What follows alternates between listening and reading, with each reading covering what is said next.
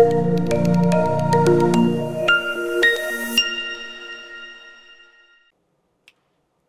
to Gurukulam IAS. Part 1 வீடியோஸில் நம்ம 1 to 25 questions பார்த்தோம். இப்போ பார்ட் 2 நம்ம TNUSRB SI SFோட பார்ட் 2ல் அடுத்த 26லேருந்து 50 கொஸ்டின்ஸாக பார்க்க போகிறோம். Okay, thank you. பார்க்கலாம். கவனிங்க. Taxes are defined as a compulsory contribution from the government defray incur common interest of all without reference to the special benefits conferred set by whom. ஒன்றும் இல்லைங்க, இது நம்ம 7ஆம் வகுப்பு புத்தகத்தில் இருக்க ஒரு கோட்பாடு, 7th புக்கில் இருக்கிற ஒரு கோட்பாடு. இதை சொன்னவர் யாருன்னு கேட்டிருக்காங்க, ப்ரொஃபஸர் சிலிக்மேன். அவ்வளோதான், அது ஒரு டேர்ம். அந்த டேர்மை கொடுத்து யார் கொடுத்துருக்கான்னு கேட்டிருக்காங்க. ஸோ இங்கே ஆடம் ஸ்மித்தை உங்களுக்கே நல்லா தெரியும், ஃபாதர் ஆஃப் எக்கனாமிக்ஸ்ன்னு சொல்லுவாங்க. காளிதாசர் குப்தர் மரபில் இருந்த ஒரு அறிஞர், சமஸ்கிருத அறிஞர். சரியா? ஓகே. இவர் ஒரு பொருளாதார பேராசிரியர், ஜான்ஸ் பார்லோ. அடுத்த கேள்வி,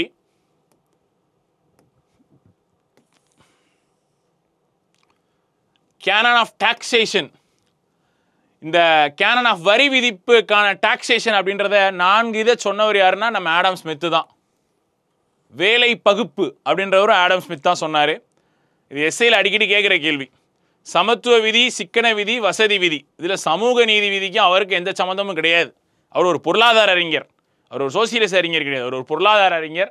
இதுக்கும் அவருக்கு எந்த ஒரு சம்மந்தமும் கிடையாது. அடுத்து பாருங்க, வருமான அளவை பொருட்படுத்தாமல் ஒரே மாதிரியாக வரி விதிப்பது, ப்ரொபோஷனல் டேக்ஸ். ஒருத்தனுக்கு என்ன இன்கம் இருக்கு அப்படின்னே தெரியாமல் எல்லாருக்கிட்டையுமே வரி வாங்குறது. சரியா? இது வந்து ப்ரொபோஷனல் டேக்ஸ்ன்னு சொல்லுவாங்க. ரொம்ப ரொம்ப முக்கியம். அடுத்து பாருங்க,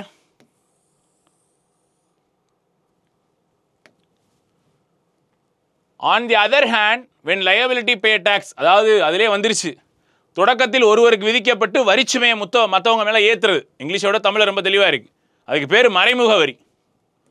ஒருத்தர் மேலே விதிக்கப்பட்டு தான் தான் அந்த வரியை கட்டணுமே தெரியாமல் கட்டுறது மறைமுக வரி. அது டாக்ஸஸ் ஆர் டேஷ் பேமெண்ட்னா கம்பல்சரி பேமெண்ட், கட்டாயமாக கட்டி தான் ஆகணும். அதுக்கு தான் central board, CBT, central board tax, வருமான வரி 1963 உருவாக்கப்பட்டுச்சு. ஓகேவா? நம்ம புத்தகத்தில் இருக்க ஒரு கேள்வி, இது ரொம்ப ரொம்ப முக்கியமான கேள்வி.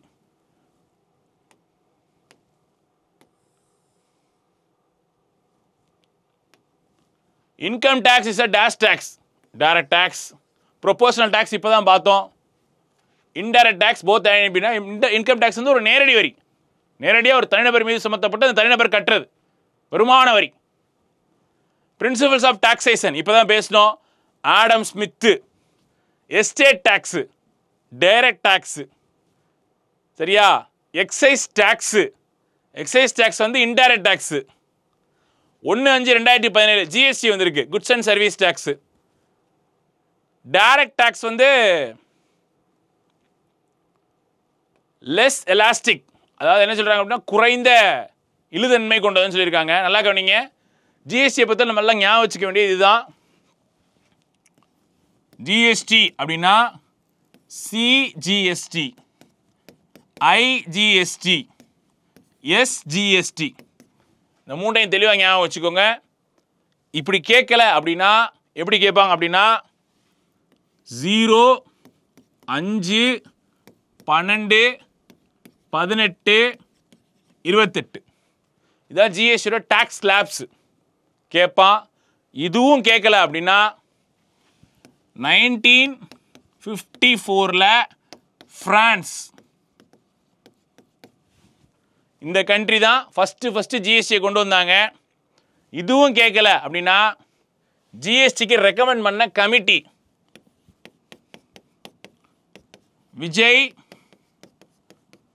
கேல்கர். ஒரு ஜிஎஸ்டின்னு எடுத்தால் ஒரு சப் இன்ஸ்பெக்டராக இருக்கட்டும், போலீஸாக இருக்கட்டும், SFO இருக்கட்டும், இவ்வளோதான் கேள்வி. இதை தாண்டியெல்லாம் வராது.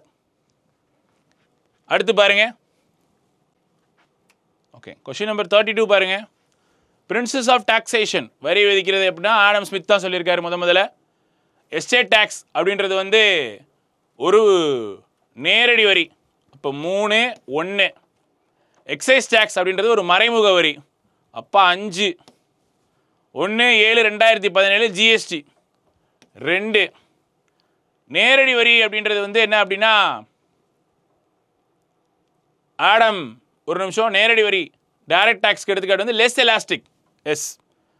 இப்போ ஜிஎஸ்டி அப்படின்னு எடுத்துக்கிட்டோம் அப்படின்னா அடிக்கடி கேட்குற கேள்வி இதுதான். ஜிஎஸ்டி அப்படின்னா சிஜிஎஸ்டி, எஸ்ஜிஎஸ்டி, ஐஜிஎஸ்டி. அப்போ ஜிஎஸ்டியோட வகைகள் என்ன அப்படின்னா 3 முடிஞ்சு. 1954 பிரான்ஸ் நாடு தான் கொண்டு வந்தாங்க ஜிஎஸ்டியை முதல்ல. ஜிஎஸ்டியோட வரி தலைகள் டாக்ஸ் ஸ்லாப்ஸ் 0, 5, 12, 18, 28 இதெல்லாம் ஜிஎஸ்டியோட டாக்ஸ் ஸ்லாப்ஸ் முடிஞ்சு. ஒரு ஜிஎஸ்டினா இவ்வளோதான் சார். இதெல்லாம் கேட்கல. ஜிஎஸ்டிக்கு ரெக்கமெண்ட் பண்ண கமிட்டி விஜய் கேல்கர். ஒரு எஸ்ஐ, எஸ்எஃப்ஓ. போலீஸ் கூட இவ்வளோ தூரம் போவாங்களான்னு தெரியல. இதுதான் கேட்கக்கூடிய கேள்வி. அடுத்த கொஸ்டின் போகலாம்.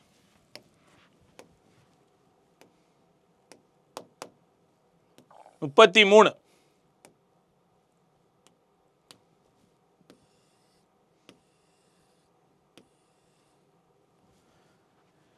Indian taxes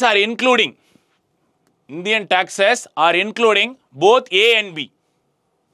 நேரடி வரிவாய் இருக்குல்ல, மறைமுக வரி இருக்கு, ரெண்டுமே இருக்கு நம்மகிட்ட. அடுத்து பாருங்க. which one of the following source of direct tax அப்படின்னா gift tax. கீழே கொடுக்கப்பட்டுள்ள இனங்களில் நேர்முறையை சார்ந்து எதுனா gift tax. நல்லா கவனிங்க. தற்போது பிரசன்ட்ல gift tax இருக்கான்னு கேட்டால் கிடையாது. புக்கில் gift tax இருக்கு. So we mentioned as a gift tax is a direct tax. அவ்வளோதான். அடுத்த கொஸ்டின் பார்க்கலாம். which tax is different one அப்படின்னா ஸ்டாம்ப் டியூட்டி. இது மறைமுகத்துக்கு போயிடும். இதெல்லாம் நேரடியாக நீங்கள் கட்டுறது. இது மறைமுகத்துக்கு போயிடும். மிச்சம் எல்லா வரையும் நீங்கள் நேரடியாக கட்டுறது. சொத்தெல்லாம் வாங்குறீங்களா, ஸ்டாம்ப் பேப்பர்ஸ், அது கட்டுறது.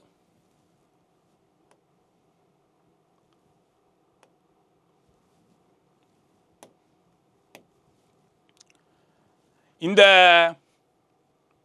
டைரக்ட் டாக்ஸு, இன்டைரக்ட் டாக்ஸு ரெண்டுமே இந்தியாவுக்குள்ளது. நல்லா ஞாபகம் வச்சுக்கணும். கிஃப்ட் டேக்ஸ் அப்படின்றது ஒரு டைரக்ட் டாக்ஸு. அடுத்து பாருங்க, which tax is different one அப்படின்னா ஸ்டாம்ப் டியூட்டி. ஸ்டாம்ப் டியூட்டின்றது நம்மளுக்கு வந்து ஒரு மறைமுகம். இது தெளிவாக இருக்கணும். அடுத்து கவனிங்க. குப்தர்கள்.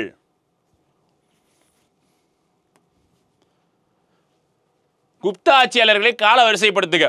முதல்ல வந்தவர் ஸ்ரீகுப்தர். சரியா? அடுத்து வந்தவர் யாரு? முதலாம் சந்திரகுப்தர். அப்போ 2, 4. அடுத்து சமுத்திரகுப்தர் 1, 3. சரியா? கடைசி வந்து குமாரகுப்தர். அப்போ 2, 4, 1, 3. இந்த ஸ்ரீகுப்தர் இருக்கார்ல, இந்த ஸ்ரீகுப்தருக்கு இன்னொரு பேர் ஒன்று இருக்கு. என்ன அப்படின்னா கடோத்கஜர். ஸ்ரீகுப்தருக்கு அடுத்து அவரோட பையன் கடோத்கஜர். சமுத்திரகுப்தரை சொல்லணும் அப்படின்னா பெரிய போர் வீரன், இந்திய நெப்போலியன் தான் சொல்லுவாங்க சமுத்திரகுப்தரை. குமாரகுப்தர் நாலந்தா பல்கலைக்கழகத்தை தோற்றுவித்தவர். முதலாம் சந்திரகுப்தர் லிச்சாவீன திருமணங்களை செஞ்சுக்கிட்டார். அடுத்து பாருங்க, கவிராஜா என்ற பட்டத்தை உடையவர் சமுத்திரகுப்தர் தான். நம்ம இந்திய நெப்போலியன் தான். சரியா? ஏன் அவரை கவிராஜான்னு சொல்றோம் அப்படின்னா அவருடைய நாணயத்தில், தங்க நாணயத்தில் வீணை வாசிப்பது போன்ற உருவத்தை போட்டிருப்பார். இது போக அவர் ஒரு புத்த துறவியான வசுபந்து அப்படின்ற ஆதரவு செஞ்சு வச்சிருப்பாரு. ஆனால் இந்த சமுத்திரகுப்தர் இருக்கார் பார்த்தீங்களா, இவர் வைஷ்ணவிஷம். நோட் பண்ண வேண்டிய விஷயம். அதே மாதிரி தெற்க வரை, தென்னிந்தியா வரை படையெடுத்து வந்த ஒரே குப்த அரசன் இந்த கவிராஜா எனப்படும் சமுத்திரகுப்தன் தான். சரியா? தெற்கில் யார் இருக்கான்னா விஷ்ணுகோபன். விஷ்ணுகோபன் வந்து டிஃபீட் பண்ணுவார். அவர் பல்லவா கிங். அவர் வரைக்கும் இவர் தான். ஓகே.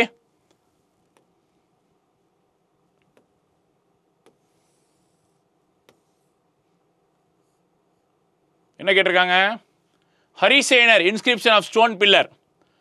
டேஸ் என்பவர் கல் தூணில் ஹரிசேனர் கல்வெட்டை பொறித்தார் அப்படின்னா சமுத்திரகுப்தர். சமுத்திரகுப்தரோட அமைச்சர் தான் அவர் ஹரிசேனர். சரியா? அவர் தான் பண்ணுவார். இதில் 33 எழுத்து வடிவம் இருக்கும். அந்த வடிவத்துக்கு பேர் நாகரி. நாகரி எழுத்து வடிவம். சரியா? நாகரி ஃபாண்ட். அடுத்த கொஸ்டின் பார்ப்போம்.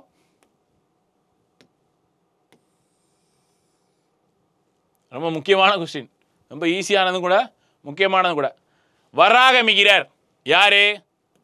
அஸ்ட்ரானபர், வானியல் அறிஞர். காளிதாசர் சமஸ்கிருத புலவர், அமரசிம்ஹர் அகராதி ஆசிரியர்னு சொல்லுவாங்க தமிழில், இங்கிலீஷில் லெக்சியோகிராஃபர், தன்வந்திரி ஃபிசிஷியன்.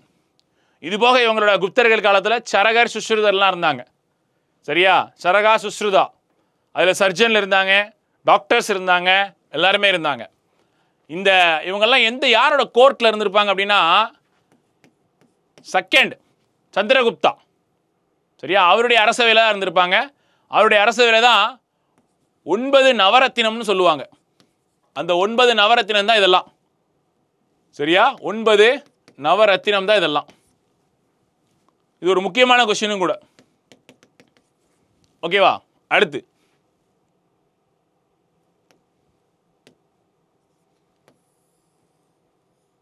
எஸ்,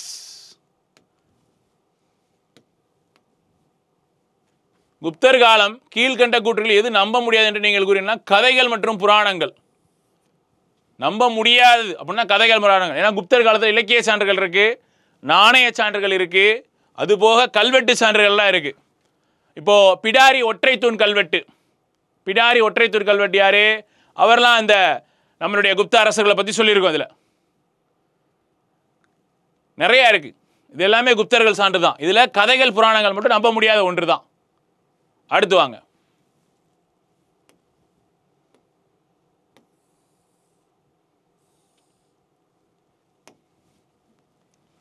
சீனா ரோமாபுரி வணிகர்கள் காஞ்சிபுரத்தை நன்கு அறிந்திருந்தார்கள்.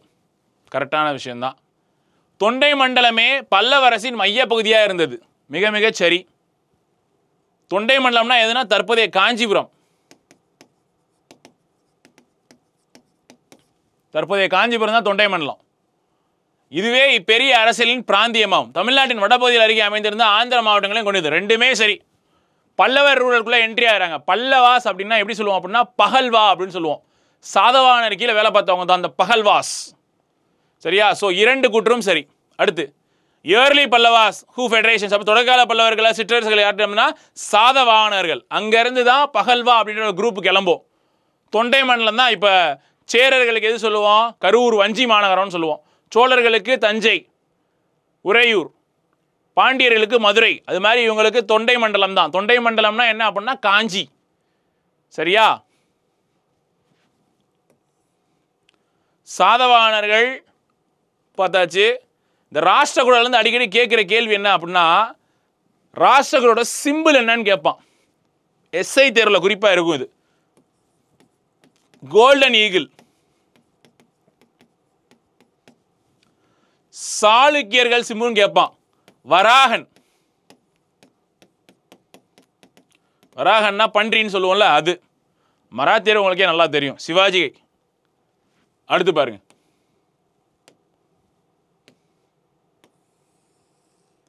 சிம்ம Vishnu son of Simhavarman. 550 AD Simha Vishnu created strong Pallavar destroy the Kalabhrar அப்படின்னு சொல்றாங்க. நல்லா கவனிங்க. சிம்ம விஷ்ணு 2ஆம் சிம்மவர்மனோட மகனே சிம்ம விஷ்ணு. ஓகே, அடுத்து பாருங்க. சிம்ம விஷ்ணு 550 வாக்கில் களப்பிரர்களை அழைத்து ஒரு வலுவான பல்லவரசை உருவாக்கினார் அப்படின்னு சொல்றாங்க. சரியா, நல்லா கவனிங்க. இதுல கூற்று 1 சரி 2 தவறு. களப்பிரர்களை வீழ்த்தினது யாரு அப்படின்னா இங்க ஆன்சர் தப்பா இருக்கு, கவனிங்க. களப்பிரர்களை வீழ்த்தினது யாருன்னா பாண்டிய அரசன் கடுங்கோன். களப்பிரர்களை வீழ்த்தினதே யாருன்னா பாண்டிய அரசன் கடுங்கோன் தான். சிம்ம விஷ்ணு களப்பிரர்களை வீழ்த்திருக்க மாட்டான். போர் வேணுமா நடந்திருக்குமே ஒழிய களப்பிரை வீழ்த்திருக்கான வாய்ப்பே இல்லை. கடுங்கோன் பாண்டிய அரசன் தான் களப்பிரர்களை முற்றிலுமா ஒடுக்கியவன். அடுத்து பாருங்க, 44க்கு போயிடலாம்.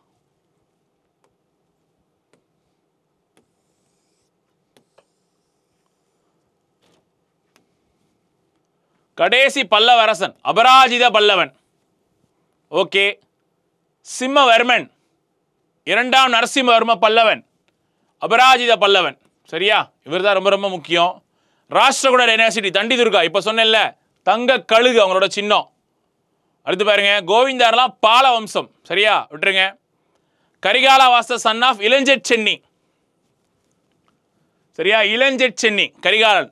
கரிகாலனோட ஒரிஜினல் நேம் என்னன்னு தெரியுமா? எழுதி வச்சுக்கோங்க, திருமாவளவன். கரிகாலனோட ஒரிஜினல் பெயர் திருமாவளவன். கரிகால சோழனோட ஒரிஜினல் பெயர் வந்து திருமாவளவன். நோட் பண்ணி வச்சுக்கோங்க, இதுவும் கேட்கலாம்.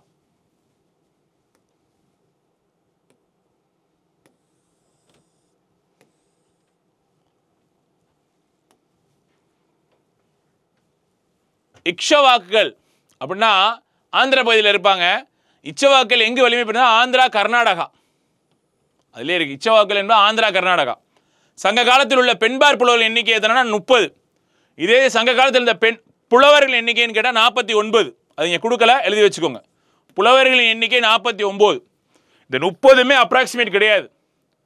இதில் ஒரு சில பேர் நச்சல்லையார், அவங்க ஆண்பாலா பெண்பாலான்னு தெரியாது. ஒரு சில ஒவ்வொருத்தவங்களும் ஒவ்வொரு மாதிரி. ஓகேவா? அடுத்து வாங்க.